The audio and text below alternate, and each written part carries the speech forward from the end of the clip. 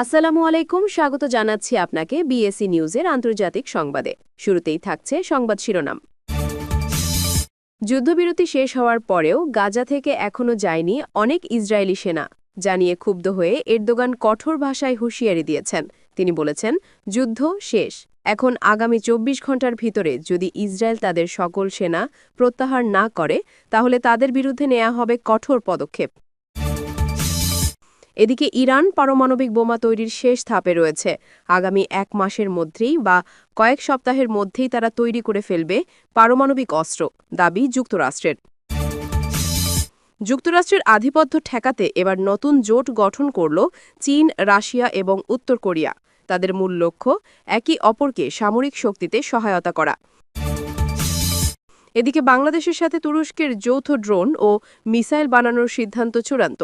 $৬০০ million drone এবং missile কিনবে বাংলাদেশ। গাজার পর আবার লেবাননে হামলা করেছে ইসরায়েল, জানিয়ে ইরান ইসরায়েলকে দিয়েছে কঠোর হুঁশিয়ারি।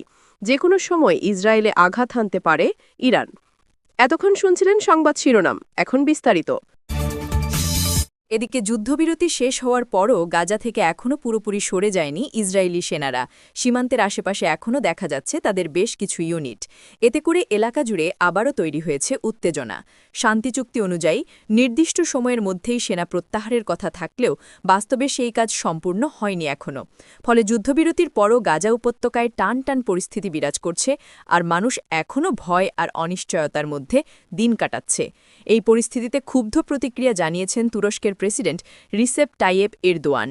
তিনি ইসরায়েলকে কড়া ভাষায় হুঁশিয়ারি দিয়ে বলেছেন, আগামী ২৪ ঘণ্টার মধ্যে যদি গাজা থেকে সব সেনা প্রত্যাহার না করা হয় তাহলে তুরস্ক কঠোর পদক্ষেপ নিতে বাধ্য হবে। এরদোয়ান বলেন, শান্তি চুক্তি মানে যুদ্ধের সমাপ্তি। সেখানে ইসরায়েল এখনও যদি সেনা মোতায়েন রেখে দেয় তাহলে সেটা যুদ্ধবিরতির শর্ত ভঙ্গের শামিল। তুরস্কের এই হুঁশিয়ারির পর পুরো মধ্যপ্রাচ্যে তৈরি হয়েছে নতুন এক আলোড়ন। অনেকেই মনে করছেন তুরস্ক সত্যিই পদক্ষেপ নিলে এর প্রভাব পড়বে আন্তর্জাতিক পর্যায়েও। কারণ তুরস্ক দীর্ঘদিন ধরেই ফিলিস্তিনের পক্ষে অবস্থান নিয়ে আসছে এবং গাজার জনগণের ওপর হামলার প্রতিবাদে বারবার ইসরায়েলের বিরুদ্ধে সরব হয়েছে।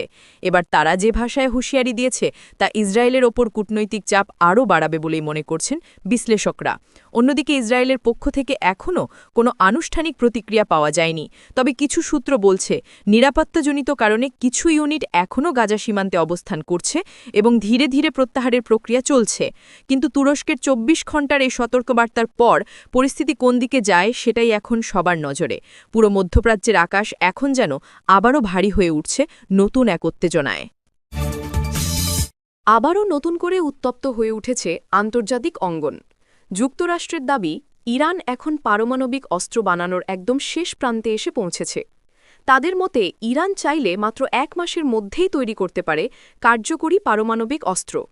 ওয়াশিংটনের কর্মকর্তারা বলেছেন, ইরানের কাছে এখন পর্যাপ্ত পরিমাণে সমৃদ্ধ ইউরেনিয়াম এবং প্রয়োজনীয় প্রযুক্তি আছে। অর্থাৎ তারা যদি এখনই সিদ্ধান্ত নেয় তাহলে কয়েক সপ্তাহের মধ্যেই তা অস্ত্রে রূপ দিতে পারবে। আর এই খবর ছড়িয়ে পড়তেই উদ্বেগ বেড়েছে গোটা মধ্যপ্রাচ্যে। তবে ইরান এই অভিযোগ সরাসরি অস্বীকার করেছে। তারা বলছে তাদের পরমাণু কর্মসূচি সম্পূর্ণ শান্তিপূর্ণ উদ্দেশ্য, বিদ্যুৎ উৎপাদন ও গবেষণার জন্য। কিন্তু পশ্চিমা গোয়েন্দারা তা মানতে নারাজ।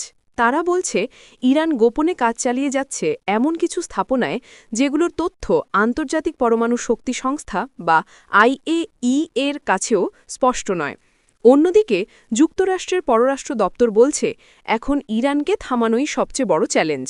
এক কর্মকর্তা জানান, যেভাবেই হোক ইরানকে পারমাণবিক কার্যক্রম থেকে বিরত রাখতে হবে, প্রয়োজন হলে আবারও সামরিক মিশনে যাওয়া হবে।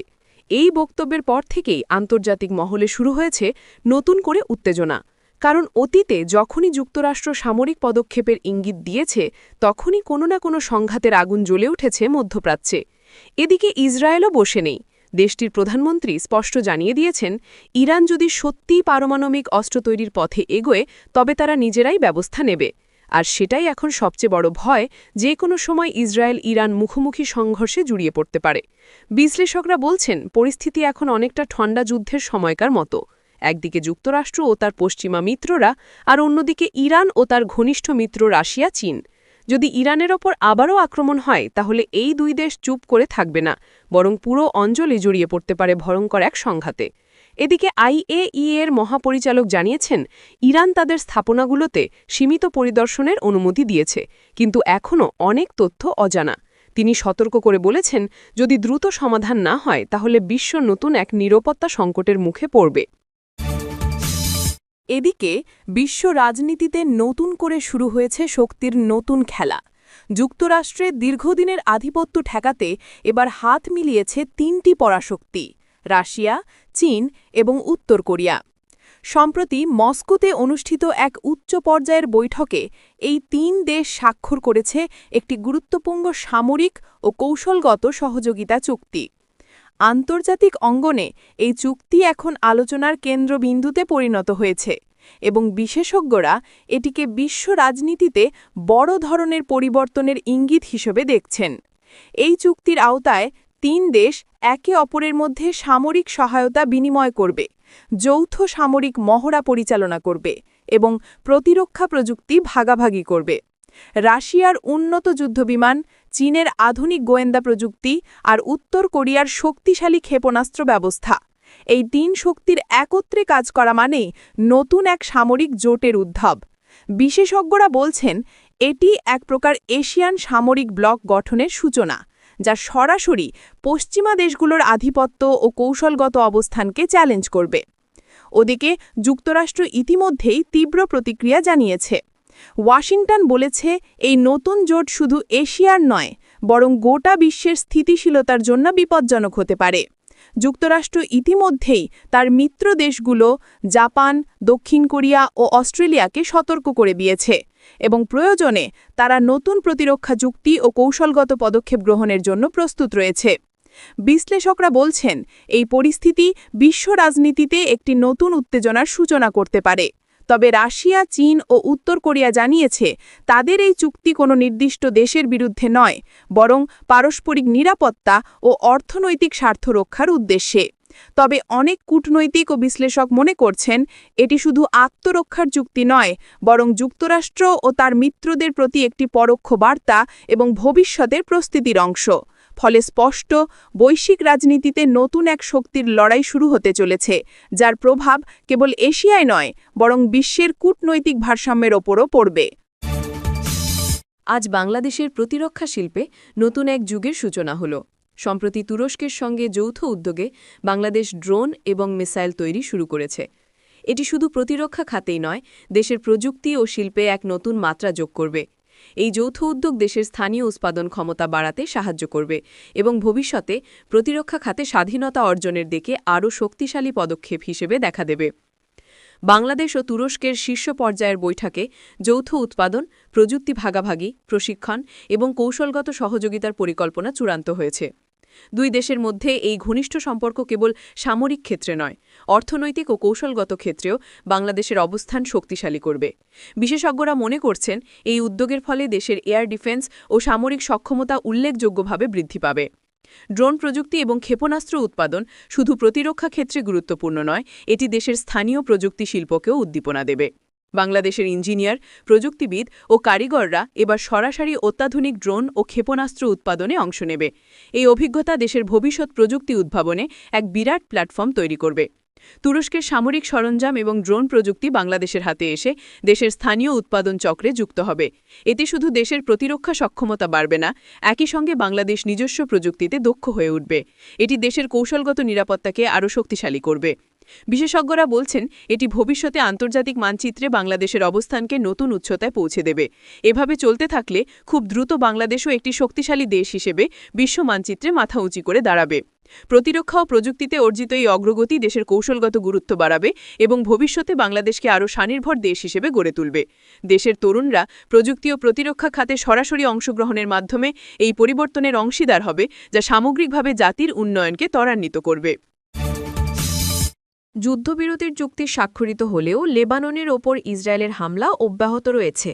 বিশেষ করে গাজা যুদ্ধের পর থেকেই ইসরায়েল বারবার লেবাননের বিভিন্ন অঞ্চলে বিমান ও স্থল হামলা চালাচ্ছে, যা শান্তি প্রক্রিয়াকে পুরোপুরি ব্যর্থ করে দিচ্ছে। এর ফলে সাধারণ মানুষ আতঙ্কিত, শহর ধ্বংসস্তূপে পরিণত হচ্ছে এবং মানবিক সংকট ক্রমশ বাড়ছে। এই পরিস্থিতিতে ইরান স্পষ্টভাবে ক্ষুব্ধ হয়ে উঠেছে। তারা ঘোষণা করেছে, যদি আজকের দিনের মধ্যেই হামলা বন্ধ না করা হয় তাহলে তারা পুরোপুরিভাবে প্রস্তুত। ইরানের এই হুঁশিয়ারি কেবল সতর্ক বার্তা নয়, বরং একটি শক্তিশালী সংকেত যে পরিস্থিতি আরও খারাপের দিকে যেতে পারে। উত্তেজনা শুধু কথায় সীমাবদ্ধ নয়। লেবাননে হামলা এবং গাজা যুদ্ধের পরকার ঘটনার কারণে ইরান আরও ক্ষুব্ধ হয়েছে। তারা ইসরায়েলকে সরাসরি সতর্ক করছে যে পরিস্থিতি নিয়ন্ত্রণের বাইরে গেলে কঠোর ব্যবস্থা নেওয়া হবে। বিশ্লেষকরা বলছেন, এই দ্বন্দ্বের ফলে কেবল মধ্যপ্রাচ্য নয়, আন্তর্জাতিক নিরাপত্তার ক্ষেত্রেও গুরুতর প্রভাব পড়তে পারে। মানবিক দিক থেকেও পরিস্থিতি আশঙ্কাজনক। ক্ষতিগ্রস্ত এলাকা থেকে বহু পরিবার আশ্রয়হীন হয়েছে, শিশুদের ভবিষ্যৎ অনিশ্চিত এবং হাসপাতাল ও জরুরি পরিষেবাগুলো চাপের মধ্যে।